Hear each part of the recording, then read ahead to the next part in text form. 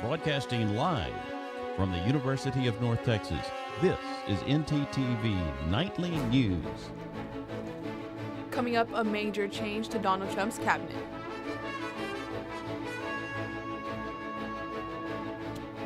A measles outbreak hits a Texas ICE Detention Center. And how the war with Iran is affecting gas prices.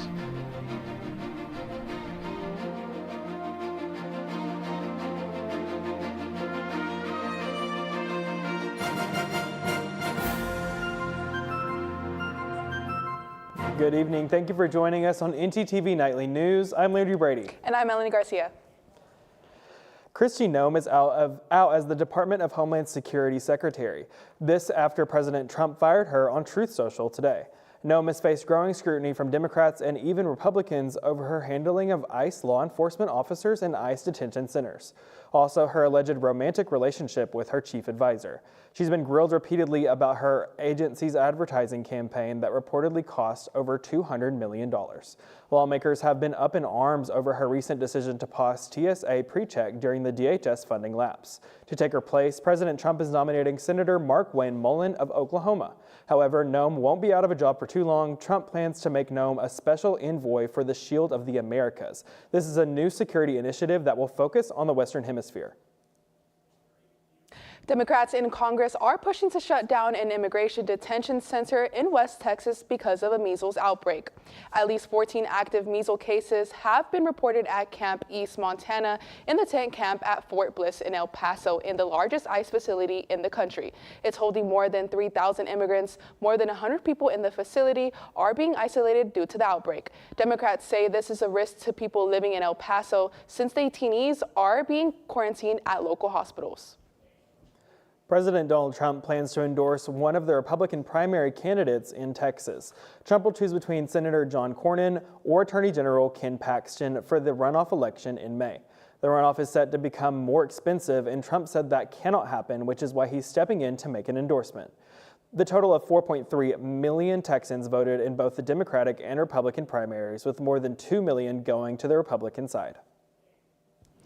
The Democratic nominee for Senate in Texas is starting his general election campaign. James Talarico was declared the winner of the primary yesterday morning. He defeated Congresswoman Jasmine Crockett by about 6 points. Talarico is a state representative from Austin area. Last night he spoke to supporters. Talarico says he's excited about the turnout in his primary election. This new kind of politics is being born right here in the Lone Star State.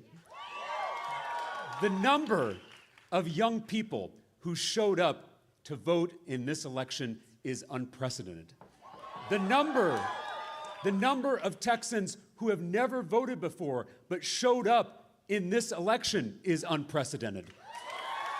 The number of independents and Republicans who voted in this Democratic primary is unprecedented. There is something happening in Texas. With all of the rain we've had lately and coming up, I'm starting to get a little bit nervous about the weather for spring break. Yeah, Landry, I know just what you mean, but we do have a few more days until then, so let's take it over to our weather anchor, Grace Escobar, for our first look weather. Grace? Thanks, guys. You're right to be a little worried about the rain, but we'll get into that later. Today, we didn't see very much rain at all, but it was pretty muggy out. Currently, it's 79 degrees out and feels like 80. There's that nice warm breeze at 16 miles an hour.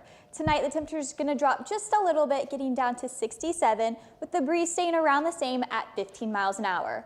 Tomorrow, we are going to for sure see rain, so make sure you bring your umbrella with you when you're out and about. Our temperature is going to be around the same at 79 degrees, feeling like 80. But our breeze is going to kick up just a little bit, being at 19 miles an hour. That's all I have for First Look. Back to you guys at the desk. The conflict with Iran has entered day 6. The death toll is continuing on the rise with both sides, as Iran has targeted Amazon facilities and there have been strikes on Tehran. Brian Abel has more on the conflict and the political tension in Washington.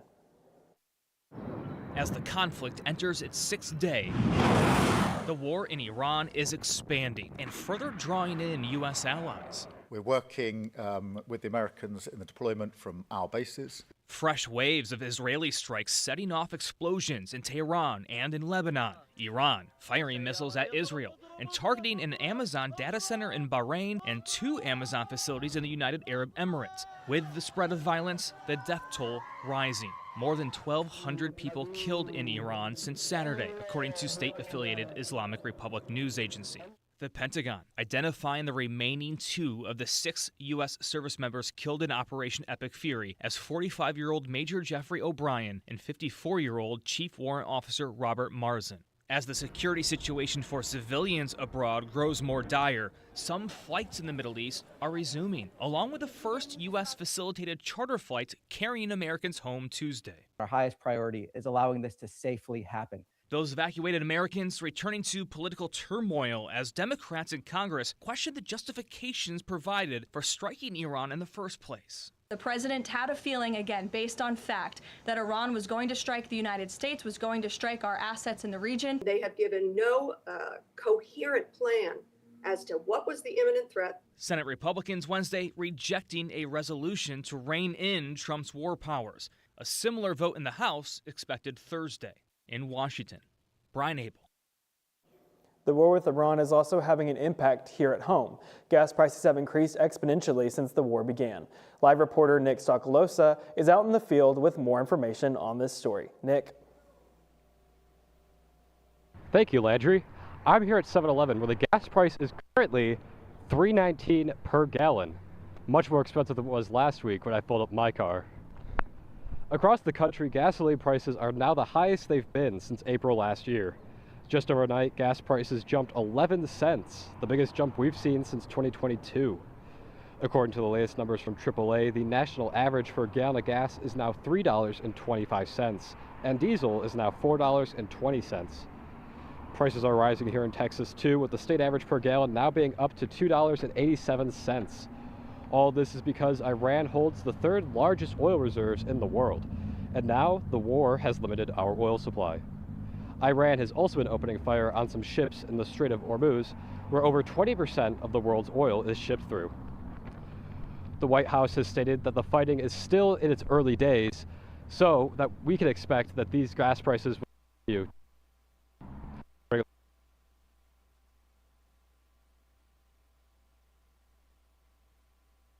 Next, UNT is adding courses that will help cut the budget deficit. And AIR is already having an impact on the job market. We'll have these stories after the break.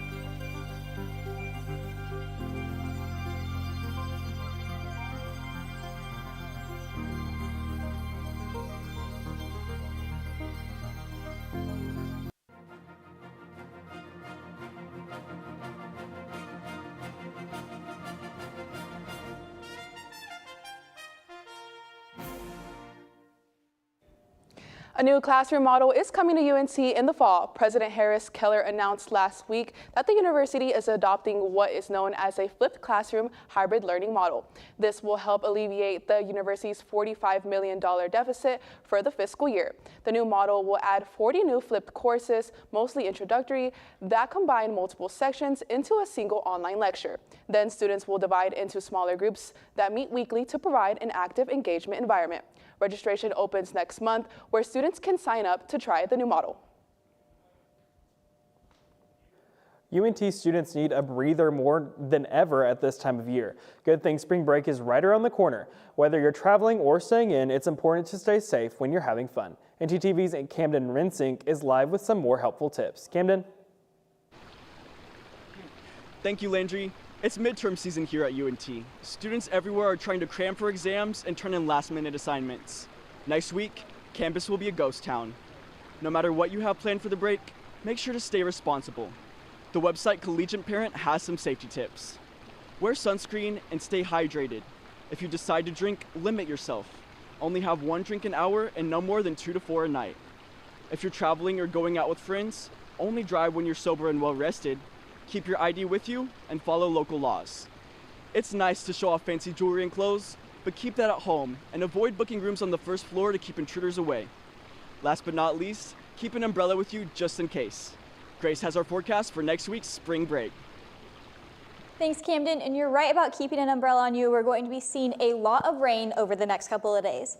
But for now, let's look across North Texas at our temperatures. It's 77 up in Gainesville and Sherman, and over in Fort Worth, it's 80, also 80 in Dallas. When we look farther out in Graham, it's 78, but we're seeing a lot of the same type of high 70s across our map. Now, as we look across the state of Texas, we can see a little bit more of a range. Up in Oklahoma City, it's 70, Amarillo, 71. Way out in El Paso, it's a little bit warmer at 77, but down in Austin, it's 82, and Houston is 76. All across the state, though, we are seeing a lot of muggy temperatures as we prepare for the rain that's going to be rolling in throughout the week. So let's look at our 7-day forecast and see what kind of rain we're going to be getting. Tomorrow, it's going to be 78 and have a 55% chance of rain. As we move throughout the weekend, on Saturday, we're going to see our lowest temperature for the next couple of days at 61 with a low of 45 and a 52% chance of rain. Sunday is the only day where we're going to get a little bit of a break at 72 degrees, and as we move farther into the week, it's going to get just slightly warmer, but we're still going to get a lot of rain, especially on Tuesday at 84%. On Wednesday, it's going to be 71, dropping down about half to 44%, and Thursday, only 24%, so hopefully that rain can just kind of disappear a little bit so we can get some nice weather for spring break. That's all I have for weather. Back to you guys at the desk. Thanks, Grace. While we prepare for the weather, we have another group preparing for something bigger, the November midterm elections. I had a chance to meet with some of the members. UNT Democrats hosted a College Dems meeting just before the Texas primary election. The group not only aims to provide information on voting, but also an in-depth look into each candidate. I spoke with the group's chairman to find out the impact these meetings make. It's just really important to us that people know where to vote, know when they can vote, and know who we think they would be best off voting for. It's very important to us that we get Democrats up and down on the ballot, but I also want to give a shout out to some of our local candidates, like Mark Nair, whose congressional district will represent UNT and has been a strong voice throughout his campaign for affordability and helping everyday working people. And we're going to try and get him to come down to campus soon. The members of the group casted votes to decide which candidates to endorse, with one of the candidates being James Talarico, the Democratic nominee for U.S. Senate in Texas, as well as Gina Hinojosa for Texas governor. The meeting provided voting locations on campus, as well as upcoming local positions and SGA elections. Regardless of who we endorse, we have a lot of really strong, good candidates throughout this primary, especially in the Senate race. James Talarico or Jasmine Crockett, whichever one wins after tomorrow, I can guarantee you that UNT Dems will be inviting the winner to campus, and we'll be trying to make sure that we get door knockers, get block walkers, get poll greeters for them, because it is important that we do not end up with another 6 years of another Republican senator. UNT Democrats are working on getting James Talarico back on campus and will have their next meeting April 6th. The Young Conservatives of Texas will have their next meeting April 27th. College can be expensive, and for some students, putting food on the table isn't always guaranteed. Thankfully, a campus resource at the University of North Texas is working to make sure students don't have to worry about where their next meal is coming from. NTTV's Jenny Yanez shows us how the UNT Food Pantry is helping students in need.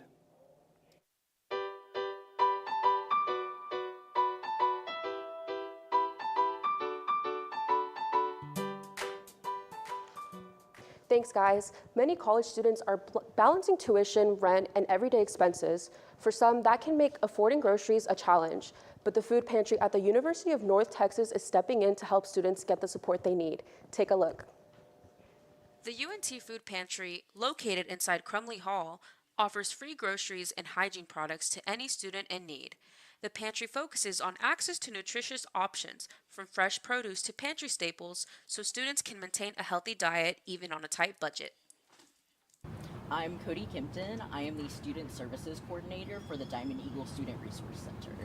I will say that a lot of our students are international students, students from out of state. Like, you move a long distance and you don't have that support system around you, so it's going to be harder to do everything, and especially like stuff that's basic, like food and stuff. According to a 2024 national study, nearly 1 in 3 college students experiences food insecurity. Programs like UNT's Food Pantry aim to change that by offering accessible and nutritious food options that fuel both the body and mind. I am a transfer student and I am also a commuter, so my access is a little bit more limited because I don't have a meal plan, and I did not realize how little I had saved. I had saved about $500 a month, and that was not enough. It's not enough, and I very quickly humbled myself. Students who have demonstrated that need should still have reliable food services available, whether that's a food pantry, whether that's maybe a card that they can swipe for the matter. The UNT Food Pantry is open weekly and available to all students, no questions asked. With NTTV News, I'm Jenny Yanez. The UNT Food Pantry is open to currently enrolled students and offers a variety of groceries and essential items throughout the week. For more information on hours and how to access services, students can visit the UNT website. Back to you guys at the desk. Daylight savings might impact you more than you think. And an inside look into UNT sports production. Stick around. The do's and don'ts of the Pole Rec Center. See that man over there? Please do not hog weights. Instead, do this.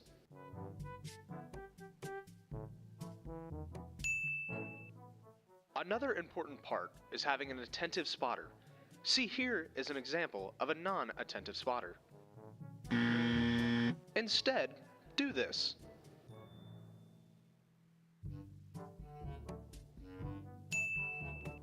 Now we head to the track, which should be pretty easy, just it's important to pay attention to the way the track goes. Remember to wipe down the equipment after you're done using it. The towels are provided by the gym, so it's pretty easy to wipe down the equipment when you are done. Thank you for using the Pole Recreation Center.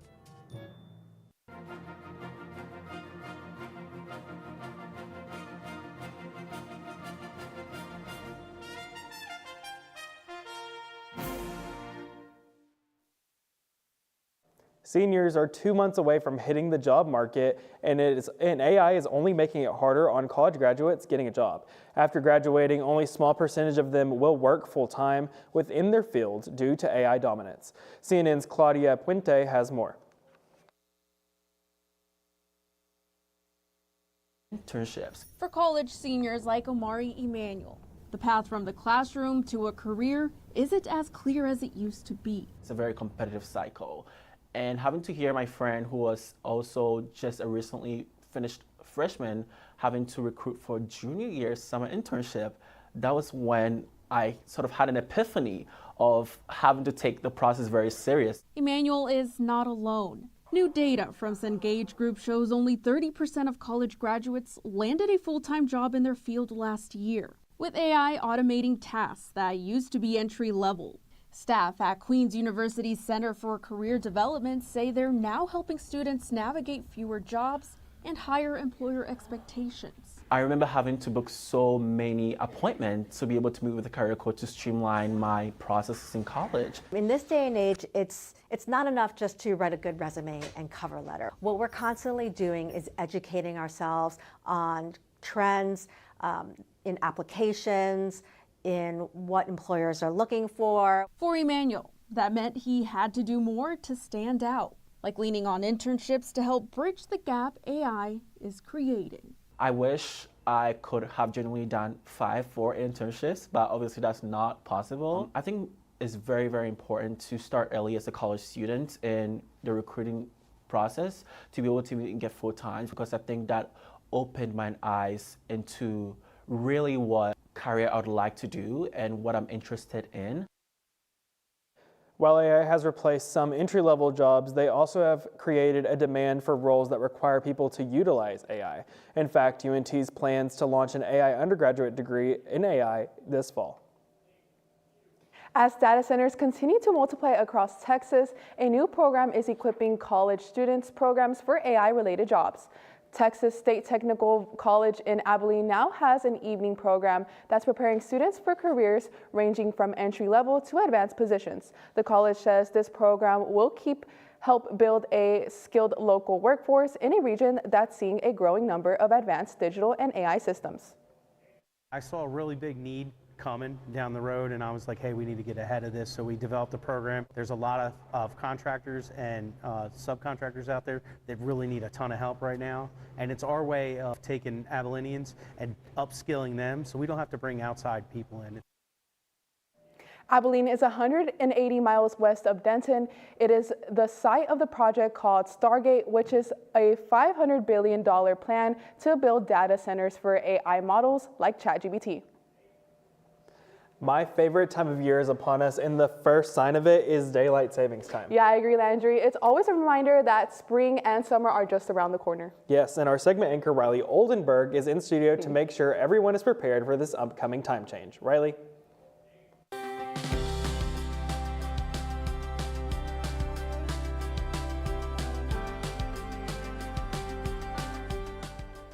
Thanks, guys. That's right. Spring Forward is happening just in time for spring break, so hopefully students won't lose too much sleep.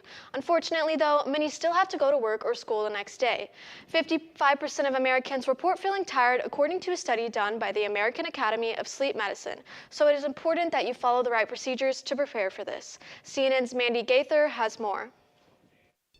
It's that time of year again. Sunday, March 8th, Spring Forward, an hour starting at 2 a.m. With Spring Forward specifically, people tend to have a little bit more difficulty acclimating to it. Michelle Drerup with Cleveland Clinic says data shows this shift in time can lead to a rise in cardiovascular events and accidents. Sleep disruptions can also affect mood due to grogginess, headaches, fatigue, and increased irritability. We just want to be cautious if you're driving in those early mornings after the time change.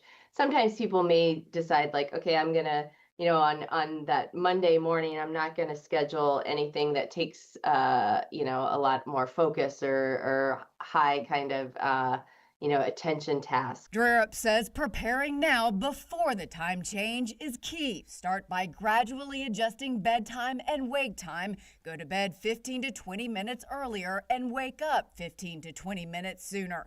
She says it's especially important for children and teens. So it's not a big hour chunk at one time. Maximizing light exposure in the morning is also key. Drerup says opening the blinds and going outside to walk will help wake you up. And while it's tempting, she says to avoid midday snoozes and not to compensate with over-caffeination. Which may help in that moment or for that day, but then potentially puts us at risk for having more difficulty falling asleep that night, depending on timing of when a nap or caffeine use is occurring. For Health Minute, I'm Mandy Gaither. Make sure that you are waking up earlier to enjoy this extra hour of sunlight. That's all I have. Back to you at the desk. Riley, with temperatures rising, it is a great time to catch a softball game at Lovelace Stadium. That's right, Landry. And our sports anchor, John Phillips, has more on who UNT is facing next on the field. All right, guys, coming up after the break, I'll have more on women's sports at UNT and the professional level. Craving something fresh, flavorful, and made just for you? Look no further than Avesta, your go-to destination for a delicious, full-service dining experience. Dive into our customizable omelets, expertly crafted by our talented cook Jonathan, who guarantees every bite is perfection. All our dishes are handmade, prepared with only the freshest ingredients. Explore our assembly line where you can choose from any of our globally inspired dishes or customize your plate. It's that easy. And let's not forget dessert. Indulge your sweet tooth with treats from Clark Bakery. With convenient payment methods including card or flex, it's the perfect dining spot for any occasion. Quench your thirst with our wide selection of drinks. Just hand your drinking card to our friendly waiter, and they'll bring your beverage of choice right to your table. When you're done savoring every last bite, our attentive staff will whisk away your tray. Enjoy the peaceful ambiance as you dine in, or use our takeout option for a meal on the go. Avesta.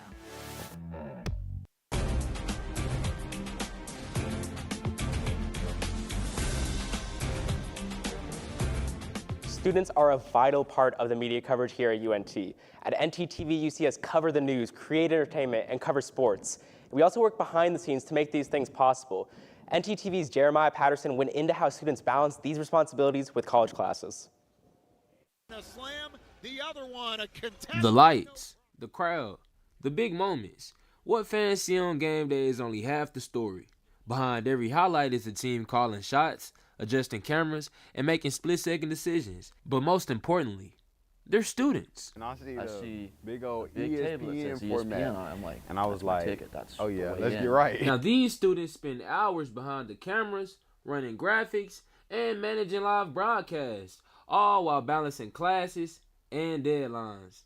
We have a 3-hour call time, and this semester I have class every day. So usually I get up, go to class, and after that I'm locking in on some schoolwork, trying to knock that out, because I really don't like submitting assignments the day that it's due, because you never know what's going to happen that day. So I get up, knock out my schoolwork. From there, just go ahead and do my shift and check in there. Balancing school and production takes discipline, but once the cameras are up, it's about something bigger: teamwork. There's just so many little things. It's about trusting the person next to you, trusting yourself, knowing your responsibility and understanding others. And that teamwork is only part of the picture. It is very, very chaotic. It's organized chaos. It's a lot of, over communication, and there's so many different conversations and moving parts. Student media isn't just about what happens on screen. It's a real world classroom where teamwork, preparation, and growth happen every day. Speaking of sports at UNT, the softball team played its first sellout of the season as they faced off against the Oklahoma Sooners. Army Green put up a good fight, scoring 4 runs in the final inning, but lost 16-4 in 5 innings after being run-ruled. The Mean Green start conference play tomorrow as they face off against the UAB Blazers in Birmingham, Alabama. Expectations are high for this season, despite a rough start to the season, as first-year head coach Cody White has been a winner at every level he's been. And speaking of winners at every level, Brianna Stewart added yet another ring to her impressive collection. Stewart scored 32 points, with 20 of those being in the second half, to lead her team, the Mist, to a title. The Mist beat the Phantoms, led by fellow WNBA champion Kelsey Plum's 40-point game. Stewart helped found the 3-on-3 league that is now entering its second year and exploding in popularity alongside many women's sports leagues. Unrivaled has emerged as an alternative to league for WNBA players among the current collective bargaining issues in the league. That's all I have today. Back to you guys at the desk. Oh, a car? How about both? After working in the submarine industry for over 30 years, Colorado man Josh Bond decided to transform his 1974 boat into a car using a Volvo 960. Bond and his crew made the vehicle and took it to the road to show everyone his new boat car. Well, Landry, I don't know about you, but it looks pretty fun to me. I will leave that up to you because I don't really trust it. Well, spring break's coming up, so I might have to go try. You might. Thank you for watching NTTV Nightly News. Join us again next week here on North Texas Television.